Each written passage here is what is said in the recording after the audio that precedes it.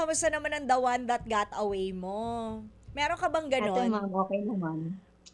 Yung Gataway ma'am, dati na po yun before yung Meron dati kang ano yun storya? ma'am, opo, yung istorya kasi dun ma'am kasamahan ko siya dati sa work. Okay, tapos? So, crush niya kasi ako nun, so hindi rin niya alam na crush ko siya, Ano ayun. nangyari? Tapos ano po siya, parang parang na-hurt kasi siya nun dahil meron kasing pumoporma sa'kin before. Hmm.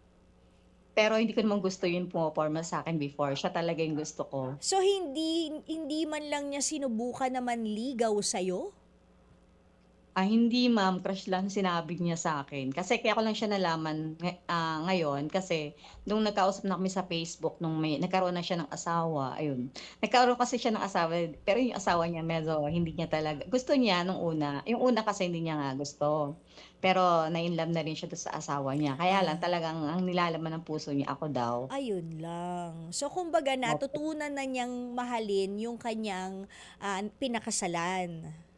Opo, kasi So, before lagi lagi niya ako sinusundo sa trabaho, ako naman akala ko naman po tropa lang kami. oh. Mm. Yun pala, parang hindi man niya sinabi, nililigawan ka na pala niya.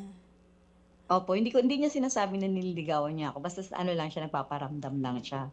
Ako Naku. naman po kasi mahilig kasi ako sa tropa. Oh, Ako naman kasi crush ko rin naman siya, kaya lang para sa'kin tropa kami, oh, gano'n. akala mo tropa lang talaga yung nararamdaman niya para sa'yo.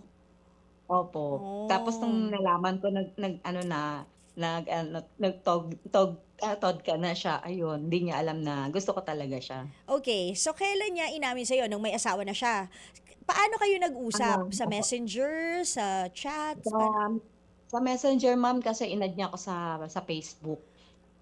okay. Almost ano na siya ma'am, siguro mga 15 years.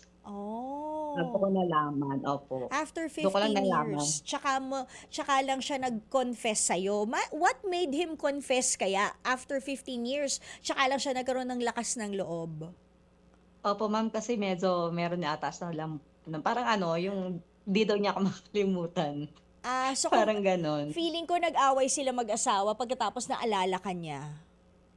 Hindi ko lang po alam ma'am, siguro 'Di ba? Kaya parang hindi siguro siguro gano'n. masaya. Or maybe also, babes, he just Mm, needed to get it out of mm, his chest for once and for mm. all. Pero ang tanong ko sa'yo is, um, ni-reciprocate mo ba?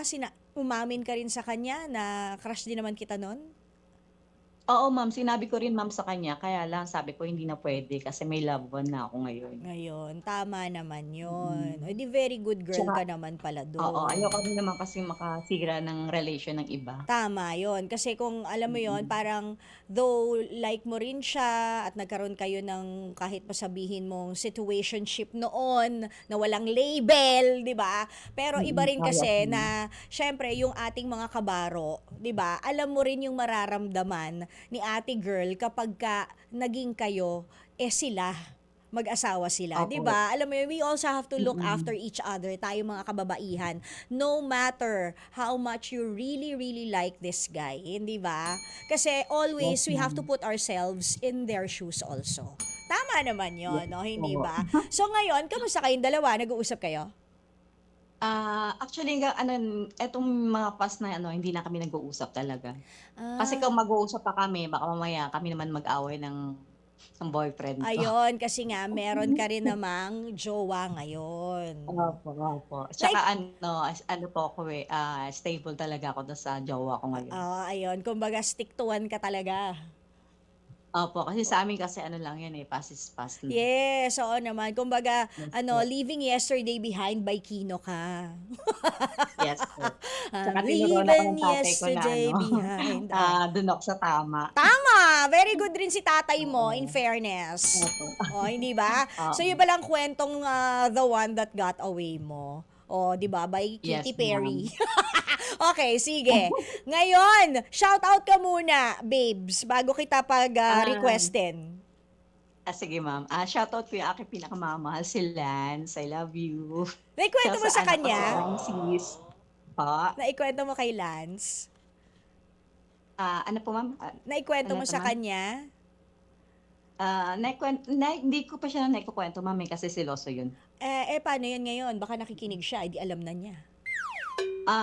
Hindi hindi ma'am nakikinig ewan ko lang ma'am din, depende. Kung meron siyang ano, kung nagbe-Facebook siya. O sige, ituloy yung bate, ituloy yung shoutout. Go, go, go. Oo. Ay di ma'am 'pag nalaman niya, eh, at least 'di ba, alam naman niya na siya lang talaga, Yes, that you're hindi ako loyal and umaano sa true. iba. Tsaka Oo. wag ka magseselos, Lance, ikaw talaga mahal ko. Oh! O sige, sino Kinikilig. pa? Sino pa? Sino pa i-shoutout? Oo. Siyempre wala naman ako ibang i-shout kundi mahal ko si Lance at tsaka yung anak ko si Francis. Tsaka siyempre Ayun. yung nanay ko tsaka yung tatay ko na lagi nagtuturo sa'kin ng tama. Ayun, ng values and good moral character, hindi ba? Yes, Ng ma'am. GMRC, ng bonggam-bongga. Pero sandali, I'm sure busy kayo ngayon kasi yung mga events mo, I'm sure may mga Valentine events ka. Yes ma'am, meron nga po akong events ngayon, yung Find Oh. Your Heart. Uy! Ano yun? Parang Opo. dating game? Eh! Ano ma'am, Find Your Heart, ibig sabihin yung dating game. Ano yun? Open to all? Ano paano?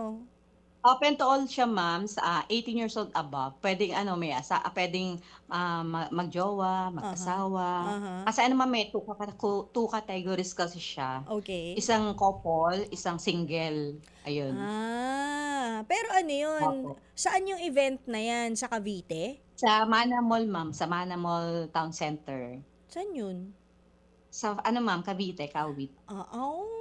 Ayan. O, yung mga Mm. Kabitenyo. So, abangan na lang nila. Baka doon nyo na mahanap yung mga, mga future nyo Opo. para sa mga single. Yung mga couple, baka Opo. mas makilala nyo pa ng mas maigi yung inyong mga significant others. So, hindi ba? Kailan yan, Mars? Opo ma'am.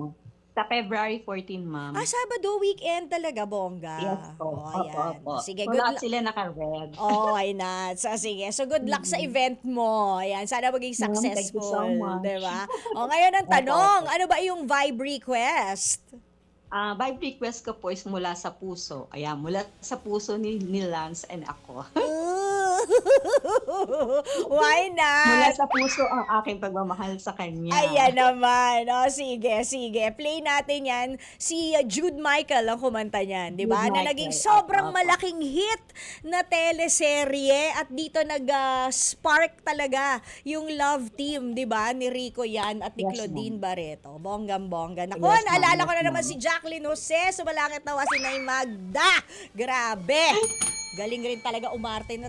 Pero nakakabuisit si Princess Punsalan, 'di ba? Bilang Selena. Oo nga, oo. Yung tawa talaga niya, no? Parang gusto mo ring dikdikin Oo nga po. Nakakainis pero napakang effective na actress, Princess Punsalan. Mm. Ganda-ganda. Mga kapatid, dito tayo sa totoo. O, yan yun yung boses. Pagbigyan nyo na, minsan lang naman yan. Siyempre, dito tayo sa True FM, hindi ba? Like, share, subscribe, follow ang ating mga social media accounts, ha? At True Network PH. Yun lang ang keyword na hahanapin nyo. TrueNetwork PH. O, like, share, follow, subscribe para bongga talagang levels natin sa FB, sa IG, sa X na dating Twitter, sa YouTube and TikTok, pati na rin sa mga podcast.